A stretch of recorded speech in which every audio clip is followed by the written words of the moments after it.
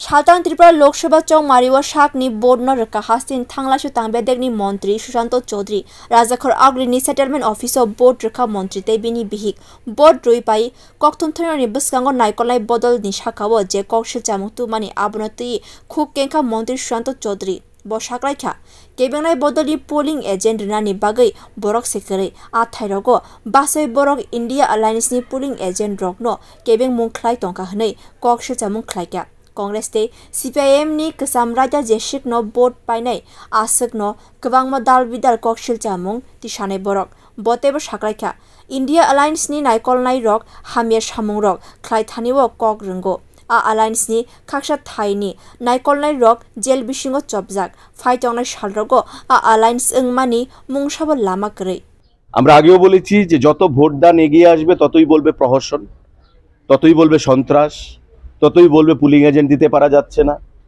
আজকে যাদের সারা রাজ্যে পুলিং এজেন্ট দেওয়ার মতো লোক নেই, কার্যকর্তা নেই, ক্যাডার নেই, তারা পুলিং এজেন্ট কোত্থেকে দেবে?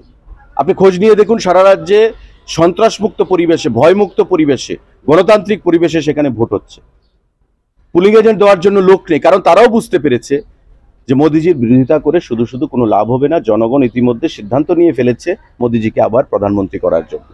এই রাজ্যে মানুষ সিদ্ধান্ত নিয়ে ফেলেছে বিজেপিকে ভোট দিয়ে বিপ্লব বাবুকে জয়ী করার জন্য। তো স্বাভাবিকভাবেই ইন্ডিয়া জোটের কোনো ভবিষ্যৎ নেই, ধরাশায়ী হবে। তাই পুলিং এজেন্ট হয়ে সেখানে উন্নয়ন বিরোধী ভূমিকায় নিজেকে অবতীর্ণ করে সেটা দেশদ্রোহিতার পরিচয় হবে। তাই কেউ পুলিং এজেন্ট হওয়ার জন্য এগিয়ে আসছে না। Bureau report কক্ষরাং।